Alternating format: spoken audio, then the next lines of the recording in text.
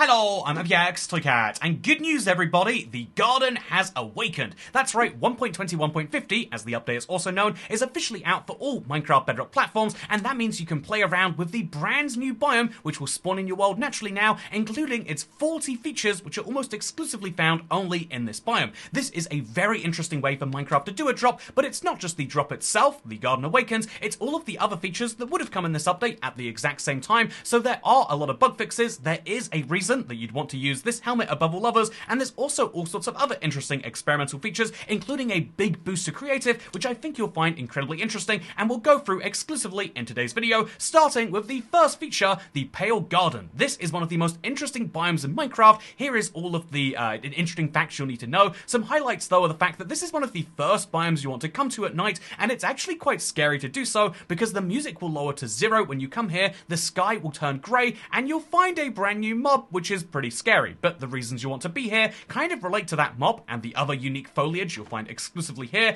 and the most interesting piece of that foliage is the Creaking Heart. This block is the block which is responsible for making, the brand new mob spawn, and it will naturally spawn in the pale oak trees. When it's night, these activated pale Creaking Hearts will actually go ahead and spawn a creaking into the game. Very, very terrifying. The Creaking Hearts can be crafted if you have Resin, which will come up later in this video, and also the Creaking Heart has lots of interesting properties to it, but one of the most interesting ones to me is, so Wandering Trader, not now, you do come up in this video, you are a brand new thing, because the Wandering Trader has been to the Pale Garden, so he has some new trades, but we'll talk about those after we mention that if you have a Silk Touch axe, you can mine the Creaking Heart, and you can move it around your world, and as long as you put, so you can even activate it with pistons if you want to, as long as you put 3 blocks in the same direction, you should be able to use the Creaking Heart to summon a creaking. If you put one in the wrong direction, it won't activate, and so even when it's nighttime, as you'll see right here, that will not spawn a creaking, which is terrifying. It spawned from somewhere else. I'm actually a little terrified of this creaking guy, so I'm going to make sure that it's daytime again, where they'll immediately die. Let's actually talk more about that mob, because he's the third feature in this update. This is the creaking mob, and the way the creaking works is that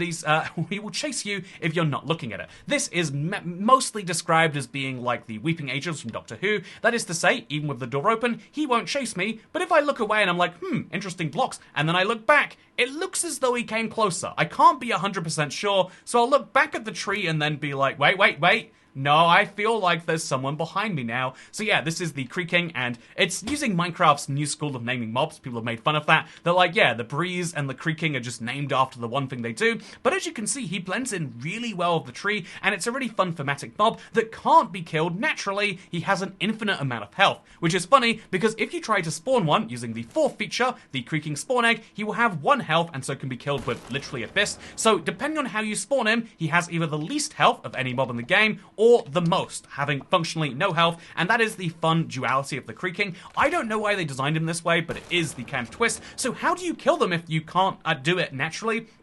Basically, the simple solution is you need to make sure that when you're in your world, you break the Creaking Heart that he spawned from, and then the creaking itself will die too. Or you can wait for daytime, whichever's easier. Oh, here's a fun one. When you're looking at Enderman with a jack-o'-lantern on your head, or a carved pumpkin, you actually won't be looking at the Enderman, right? And so the same logic applies to the creaking. If you look at him with one of these on your head, then you won't actually be looking at him, and so he'll come towards you, which is great if you deliberately want to pick a fight with a mob that can't die. Not very good advice if you ask me, but you're free to do whatever you want. This is Minecraft. Speaking of Minecraft, another Wandering Trader is here, and this one, you don't worry, your time is coming up. You're gonna have your moment, and maybe he won't actually, he might die then. But in the meantime, let's talk about the Pale Oak Tree. It is the big thing that spawns in this biome, and it's a very exciting brand new tree on the surface. It is kind of cool. However, a lot of people are curious about the way that you grow it. You need 4 separate saplings, and they all need to be next to each other if you want a tree to grow. This is something which isn't necessarily immediately obvious, it wasn't to me, but when you think about it, it actually makes a lot of sense.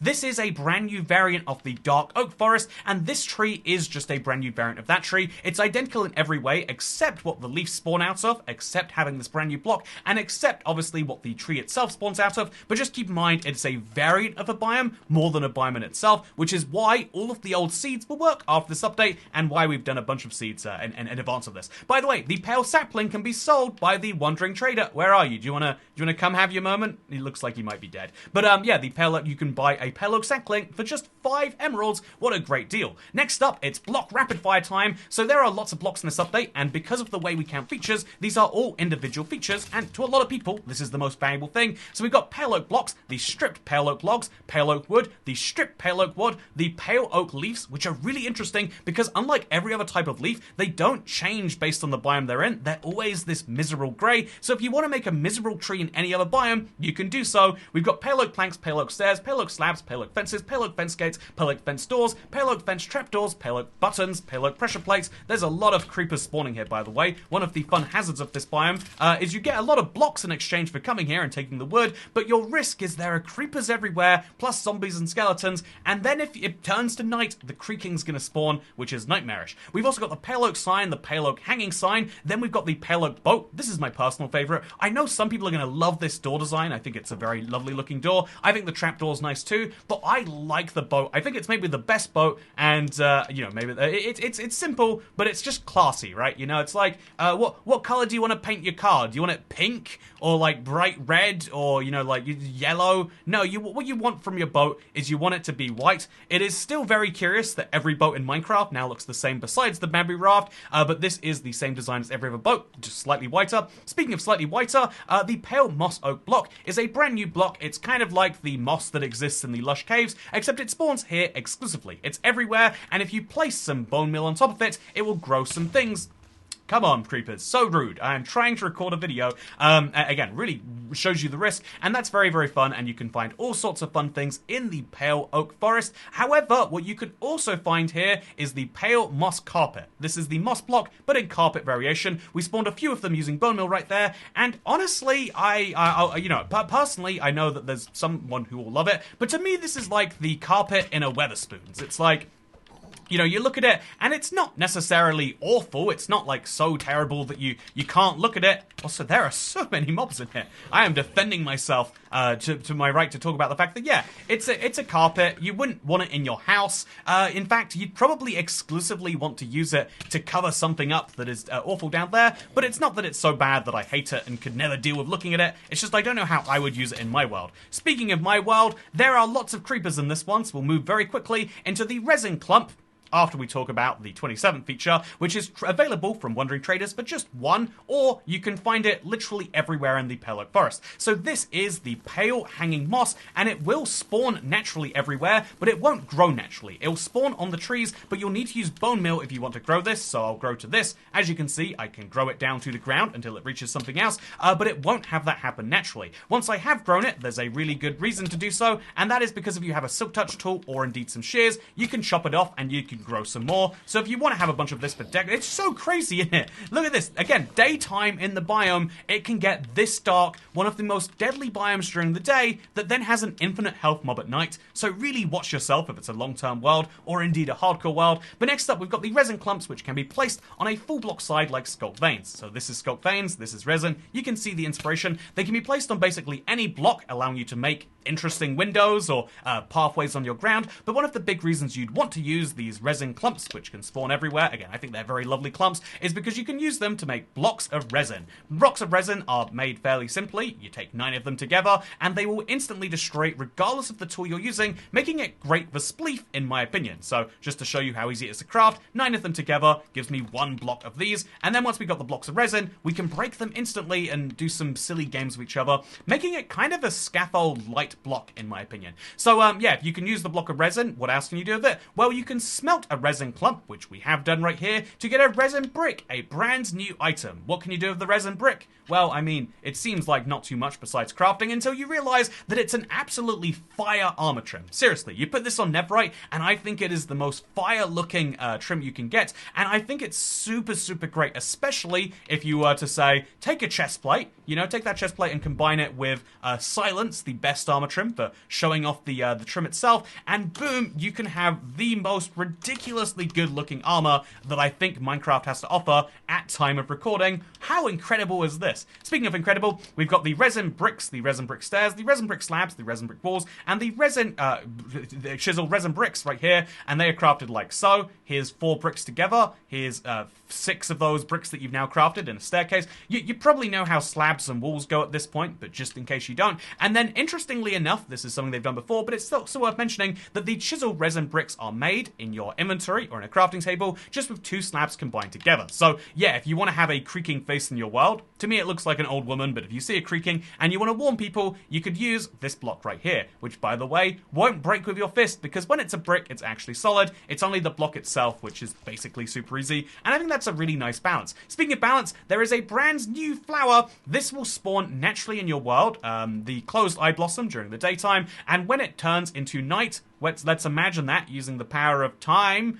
all of these will slowly open up. Why do they open up? What's the difference to you? Well, it doesn't seem like a lot, but when you pick them up, they'll stay in the open. They'll stay in the open or closed position you got them from, and I think that's really interesting. I don't want it to be date. I don't want to be around you anymore, Mr. Zombie. Don't consent to this touching. Anyway, so the interesting thing here is the fact that if you do have these flowers, you can use them to make some dyes. You could use them to make some suspicious stew. You'll get nausea from the closed Eyeblossom, and indeed with the full one, you'll get blindness, which is actually kind of cool. And I think it should be reversed still, but that's just me. The full one can also be crafted into orange dye, so we have a brand new way to get ludicrous quantities of orange dye. And if you're playing Bedrock, a fun exclusive is that even though we have slightly fewer, right now we have slightly fewer Creaking Hearts that naturally spawn, you can do something fun, which is if you bone meal one of these blocks, you'll get more of them around. I can't do that, I'm guessing, because of one of the settings I put on this world. You're gonna have to trust me that that works, just like you're gonna have to trust me that there is a brand new Panorama. This Panorama is seen on every menu screen, so I'm sure you know how that works, but if you're in the dressing room, if you're in the settings, anywhere like that, you'll see this. Isn't it cool? We got it in the game. This is a custom painting, not one that you can have for yourself. And you know what else we use custom paintings for in this world? Wow, I'm glad you've asked.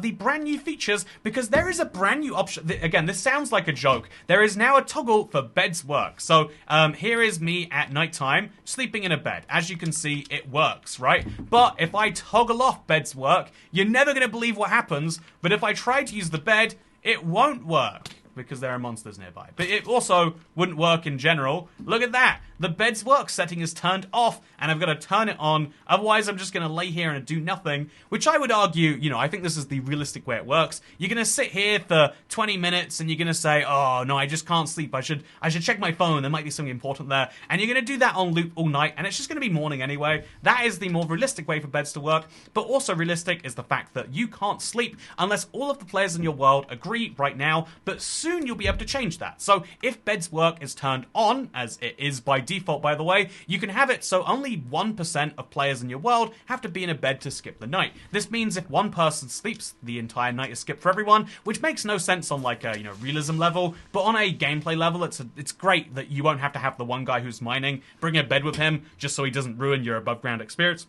And indeed, if people are in the nether or the basically, it sucks in general, and that is a cool way to address that. It used to exist exclusively as a command, by the way, if you've heard about this a few times. And finally, a mobile-only option. The pick block option is now in creative only for Minecraft Bedrock players who play on a tablet or a phone or on anything that is Android or iOS, which is very, very exciting. So smart fridge users, it's your time now. You can officially do this. Speaking of things you can officially do, let's talk about the rest of this update, because I mentioned creative mode is getting a lot better. I want to show you a feature that I didn't know was in this update until today, because yeah, here are the fun technical changes and bug fixes. There's a warning shown when you enter an unloaded chunk. This is just letting you know that, you know, things might go weirdly. This is great. There's a new sleeping screen that you've probably just seen, but just in case you haven't, look at it. I think this is way better. Minecraft are really slowly but surely working on updating all of these UIs. There are sound updates when you mine certain blocks, so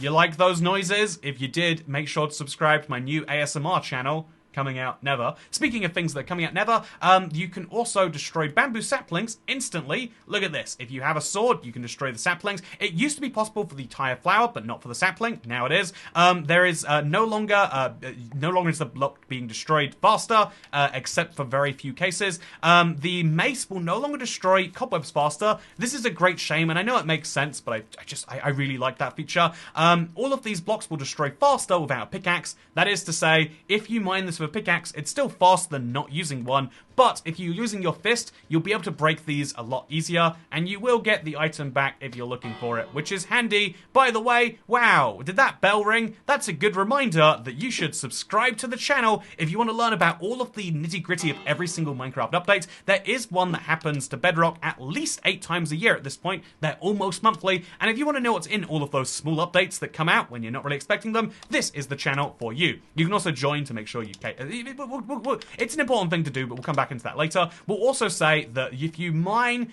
with a pickaxe, it's the only way you're going to be able to get these 2 blocks. It was not previously true, but you now won't have to use a pickaxe to get these blocks. The reason it was because you had to use a pickaxe to get an iron door, but you could always just break the block below it, and so in this case I'll do that, and you'd get the block anyway, so they figured they'd just skip the middleman and make it so you could break the block itself. And indeed, this is true for the dragon egg, not that you were going to be mining that anyway. Speaking of dragon eggs, let's talk about the other blocks, which will now mine exclusively a pickaxe. So the opposite, you used to be able to break these with your fist, now you're going to need to use a pickaxe if you want to get them back at the very least. And also, here's something fun. I'm going to take off my helmet for a second. I'm going to show you how respiration now reduces the chance of taking drowning damage. This is a really great bonus to respiration. It used to make it so drowning would happen substantially slower, but now it makes the drowning itself less painful. This is huge, and let me show you why this is. I'm going to start drowning, and naturally I think I drown at 1 heart of damage, or roughly that, every like second or so, but if you put on the respiration helmet, it goes to about every 4 seconds or so. It's actually some weird chance-based system, but what it means is if we look at the number of hearts I have, 7, keep in mind I'm deep underwater right now, I'm at 6.5 it looks like. I'm going to stay at roughly the same heart level because my healing is at the exact same pace that I'm taking damage. So obviously this sucks in terms of I get hurt by a drown, I'm going to slowly die, and eventually if you sit underwater long enough, you know, for 10, 20 minutes, it seems as though there's a very slight difference between the speeds, you will die. But if you look right here, I was at 6.5 hearts basically a minute ago, and now I'm still at 6.5 hearts. As long as I keep my food supplies up, I'm going to do just great. Bring a golden apple or two too, and you can actually survive exclusively underwater, something which is really, really fun and opens up new gameplay possibilities. I'm just saying, would be pretty cool, wouldn't it? Speaking of things that are pretty cool, achievements can no longer be earned after death in spectator mode. Super funny that you could. Keep inventory is now enabled for peaceful and easy difficulties. Only applies when creating a new world. This is nuts in my opinion. Keep inventory for peaceful, I guess you could make some sense, but they've decided to stick to this despite the feedback. Easy difficulty has keep inventory on, and so if you're on easy, the easiest way to get out of a bad situation is death, because you keep all your stuff. The world spawn now prefers good biomes far from the world origin over bad biomes close to the world origin. So that is to say, the world will prefer you spawning somewhere that isn't directly at 0-0 if it gives you a better loadout, which is why some seeds will have changed on this update, including the world record seed that I covered. Evokes and Vindicators no longer retaliate towards pillagers, so if one of these guys hits one of these other guys, as they're going to, you can see right here that they're not going to attack them back. This makes raids a little bit harder, but I guess it makes sense. They're on the same team, and so they don't really mind, even if not minding is going to lead to their death. But, you know, not minding about a lot of things leads to your death, and we still don't deal with them as a society. So that's just great with me too. Also, I'm sorry, villager. I don't mind, so, you know, bad news for you. Speaking of bad news, chiseled stone bricks can now be crafted in a stone cutter. There's new crafting recipes for all of these things right here. There is the trial chamber intersection now having its own loot table. Saplings can now grow through leaves, except the cherry leaves. That's kind of fun. Black stone can now be used to repair stone tools. You can also use the brick block textures are now horizontally aligned. Holding jump on a slime block makes you bounce. Sneaking onto a slime block no longer makes you bounce, which is very, very interesting. In fact, let me show you from up here in the air. Look at this. Ooh, yeah, gonna sneak onto that, and it's great. Whereas jumping will keep me bouncing into the air, which previously you would jump to stop that. That was a bug, they fixed it. It was also a bug that bees would not get the wither effect when fed a wither rose. You know, if you're feeding them a flower, then logically they should be taking pain, and so sorry bee, I guess you just kind of deserve that. An easy way to kill a bee without angering his friends, I guess you could argue. You monster.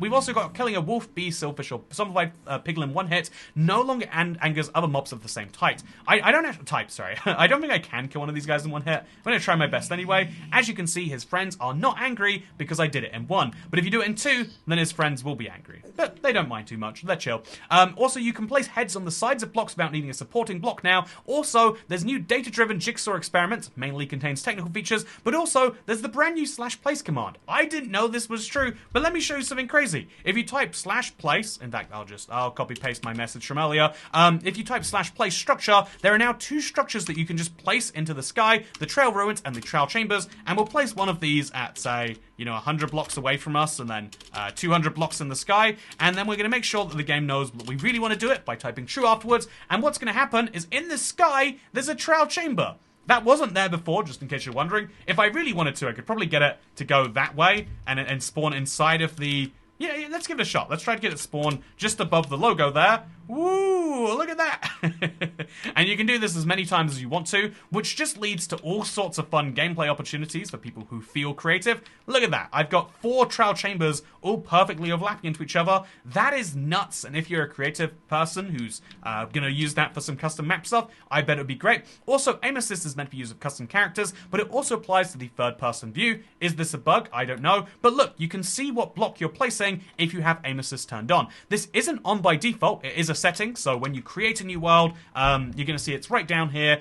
Aim assist is an experiment, just like how future updates often are in there too. This is basically the only upcoming feature that you can really play around with right now, because as of right now, they're going to be working on the next update, and so there are going to be several more sub-drops or updates before the next major update, that is 1.22. And finally, for this update, we've just got to say, miscellaneous changes are in this book. Pause and read it if you really want to, but they're small changes that you might care about just for the sake of completion. We've now gone through everything inside 1.21.50, and we can officially say that the garden has awakened. I guess really we could say there's a brand new feature and that you can place these blocks on signs if you want to, in the same way you can do pickaxes and whatnot. This came up in my Minecraft censorship video, but it's just a fun little thing that you might want to know about. And what else is fun is that, like I mentioned before, 1.22 is in fact somewhere in the works, we are fairly sure, and that this has been an update that Minecraft have worked on over the span of between, depending on how you measure it, 2 to 6 months. And so, if we compare this to the last update, which had just over 120 features,